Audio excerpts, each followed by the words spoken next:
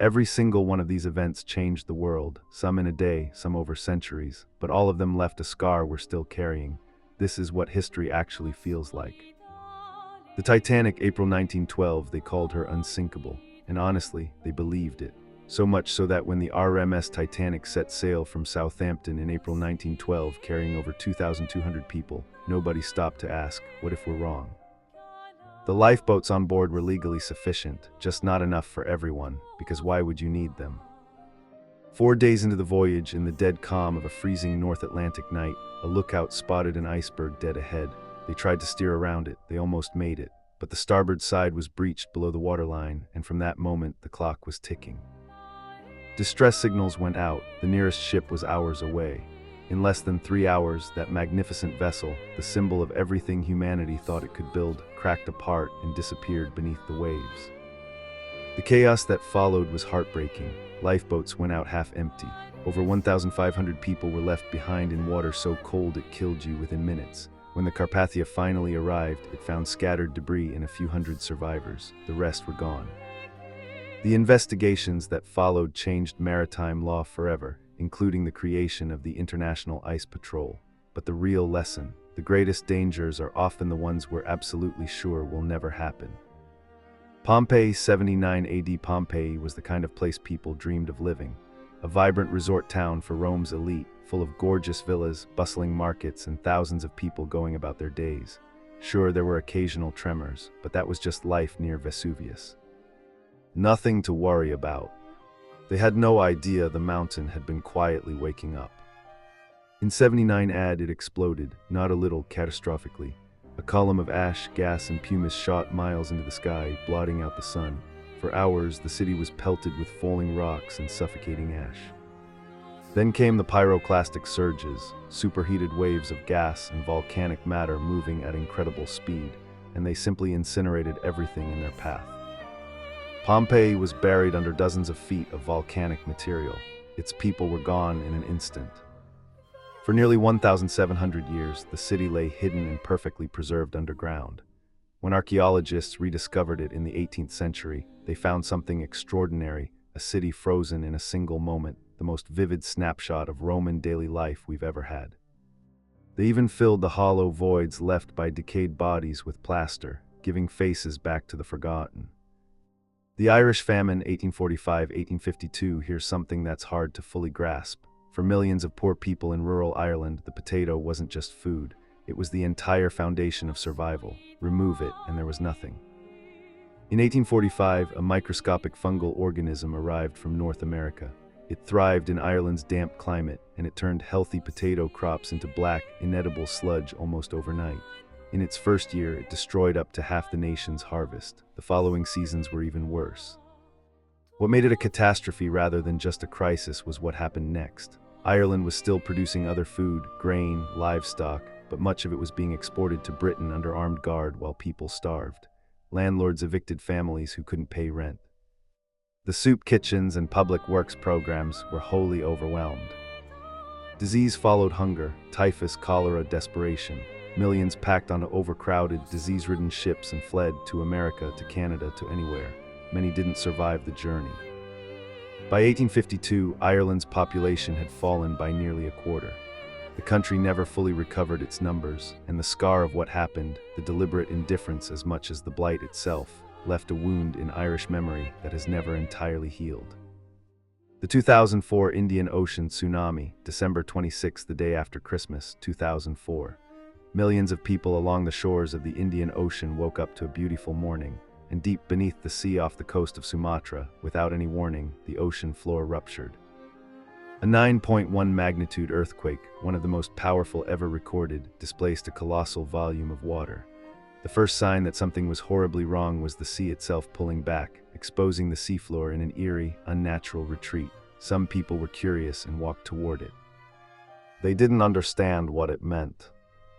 Then the waves came, not dramatic curling crests like in the movies, just fast-rising walls of water slamming into 14 countries across the Indian Ocean, from Indonesia to Sri Lanka to the east coast of Africa. They swept away entire communities in minutes. Everything, buildings, roads, people, simply vanished. Around 230,000 people lost their lives that day. The world responded with one of the largest relief efforts in history, and it quickly became clear that there had been no tsunami warning system in the Indian Ocean. That was fixed, because sometimes it takes the worst thing imaginable to make us do what we should have done all along. The Trail of Tears, 1830-1838. By the early 1800s, the Cherokee, Choctaw, Chickasaw, Creek, and Seminole nations were thriving societies. They had written constitutions. They had adopted farming techniques. They had done everything they were told would make them acceptable to their neighbors. It didn't matter. White settlers wanted the land. In 1830, President Andrew Jackson signed the Indian Removal Act, authorizing the forced displacement of indigenous peoples from their ancestral homes. The Cherokee even won a Supreme Court case against it. The government enforced it anyway. Between 1831 and 1838, tens of thousands of men, women, and children were rounded up by the U.S. military and forced to march more than 1,000 miles west to what was designated Indian Territory, present-day Oklahoma. The journey was poorly organized, with inadequate food, water, and shelter. People walked through brutal winters and scorching summers with barely the clothes on their backs. Thousands died along the way. The routes they traveled became known as the Trail of Tears, and that name says everything. The survivors had to rebuild their nations from nothing in an unfamiliar land. The immeasurable cultural knowledge and lives lost along those roads can never be recovered. The transatlantic slave trade, 16th-19th centuries for 4 centuries, one of the largest forced migrations in human history, played out across the Atlantic Ocean. It was built entirely on greed and justified with breathtaking cruelty. European traders set up posts along the African coast, exchanging guns and textiles for human beings. Millions of Africans were captured, often through conflicts facilitated by rival states, and marched to coastal forts. There they were packed into the dark, suffocating holds of slave ships for the crossing known as the Middle Passage. Chained together with barely room to move, enduring horrific conditions for months, the mortality rate was staggering.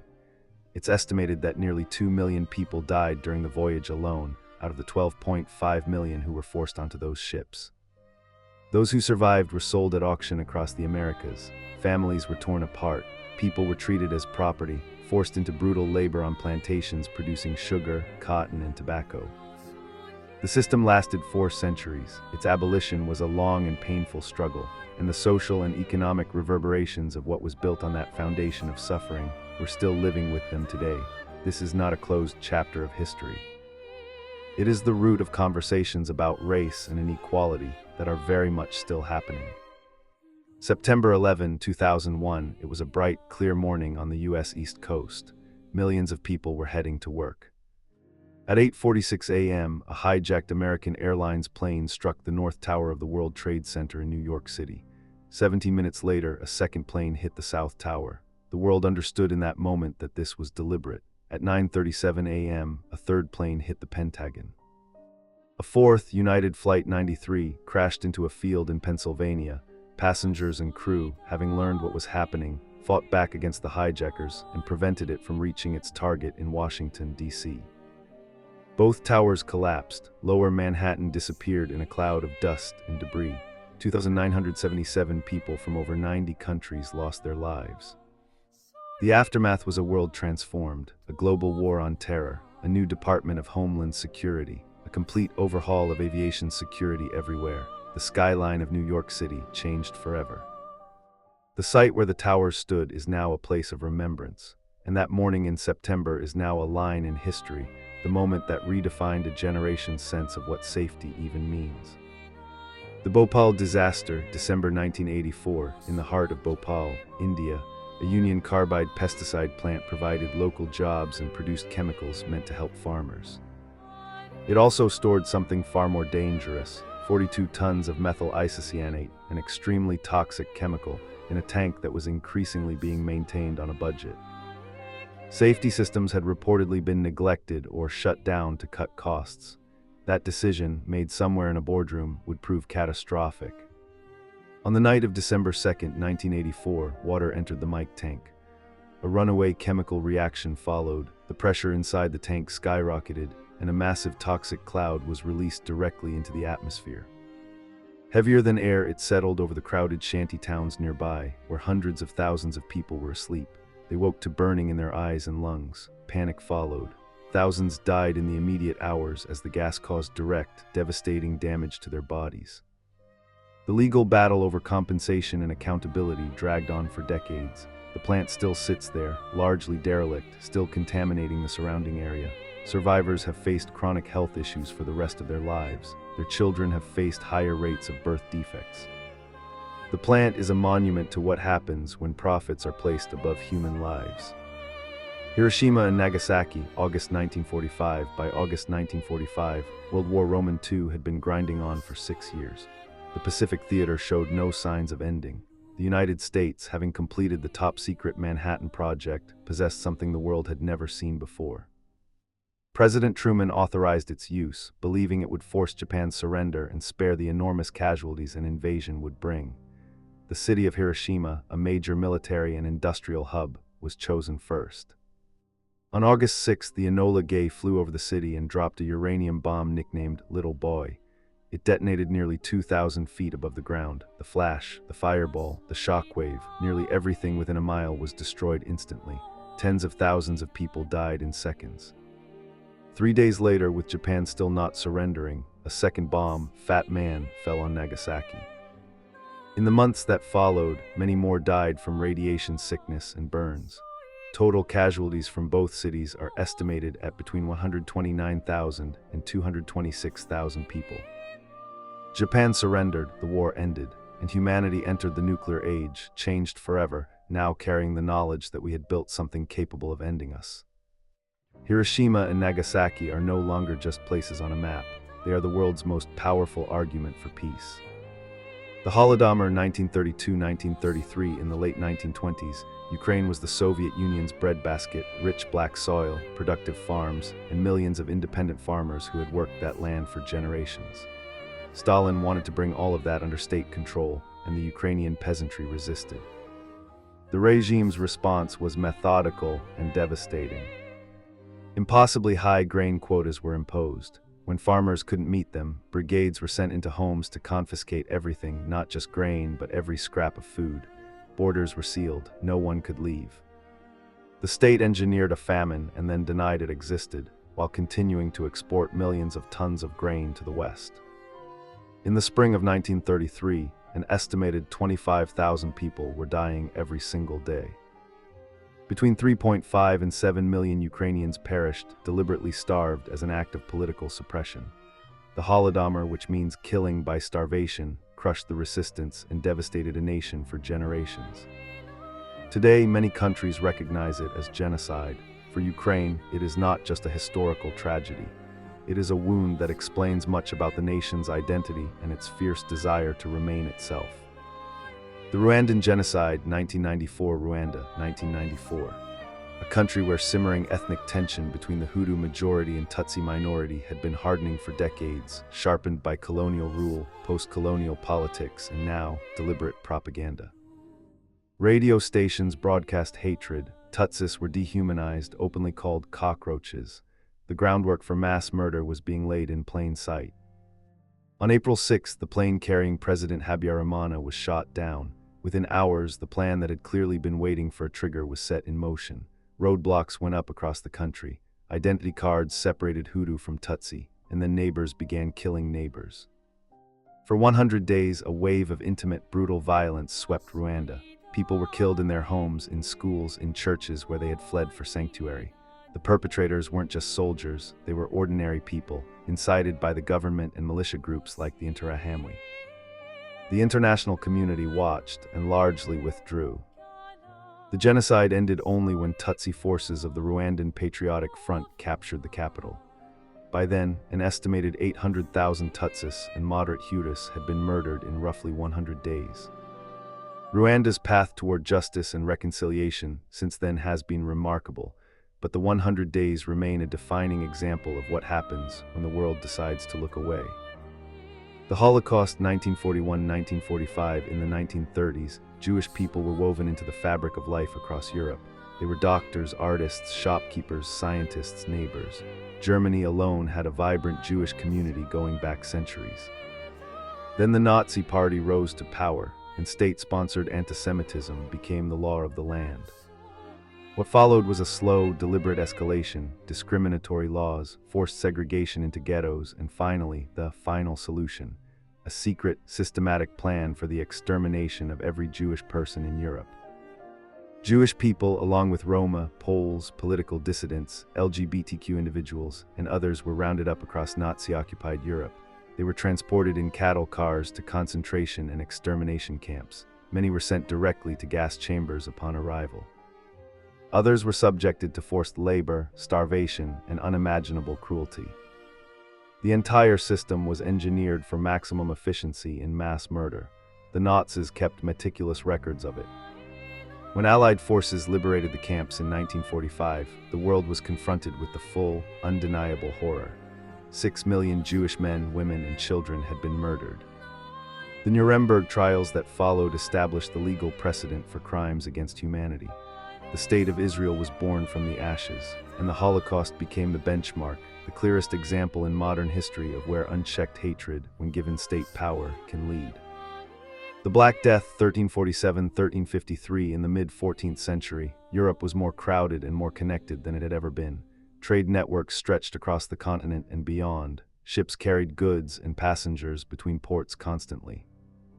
One of those passengers was a flea, carrying a bacterium called Yersinia pestis.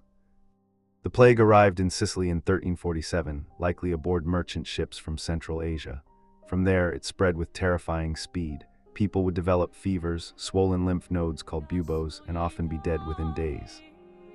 The sheer scale of death overwhelmed society's ability to cope.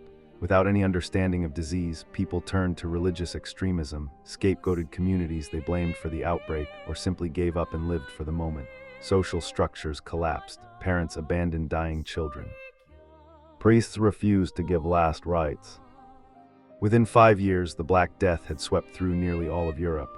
Estimates suggest it killed between 30 and 60% of the continent's population, up to 200 million people. It returned in waves for centuries, though never with that first terrible ferocity. In the long aftermath, the massive labor shortage that followed actually shifted power. The surviving peasantry gained leverage they'd never had before, and the feudal system that had defined European society began to crack. A microscopic organism reshaped the course of civilization. That's how thin the line really is. The Library of Alexandria lost over centuries. This one is different. No massive death toll, but a different kind of loss, one that's almost impossible to measure. In ancient Alexandria, Egypt, stood the world's first universal research institute. The Great Library wasn't just a collection of scrolls. It was a place where the greatest minds of the ancient world came to think, debate, and discover. 500,000 texts from across the known world. Scholars who mapped the stars, calculated the circumference of the Earth, and laid the foundations of geometry, medicine, and literature. Its end didn't come in a single dramatic moment, though we often tell it that way. Yes, Julius Caesar's forces accidentally burned warehouses near the library during fighting in 48 BC, a severe blow. But the library's real death was slow. Decades and centuries of underfunding under Roman rule, damage from conflicts and religious purges, and the quiet erosion of neglect. What fires started, indifference finished. We'll never know what was lost. Scientific discoveries that might have accelerated human progress by centuries. Literary masterpieces that existed nowhere else. Ideas that simply vanished. The Library of Alexandria is now a symbol of how fragile knowledge is, how easily it can be undone not just by catastrophe, but by the slow creep of not caring enough to protect it. These stories, etched into our collective memory, remind us that history's path is paved with both progress and profound loss. The disasters, the genocides, the catastrophes, they all ask the same question of us. Are we paying attention? Are we actually learning? The most important thing about history isn't that it happened, it's that it can happen again.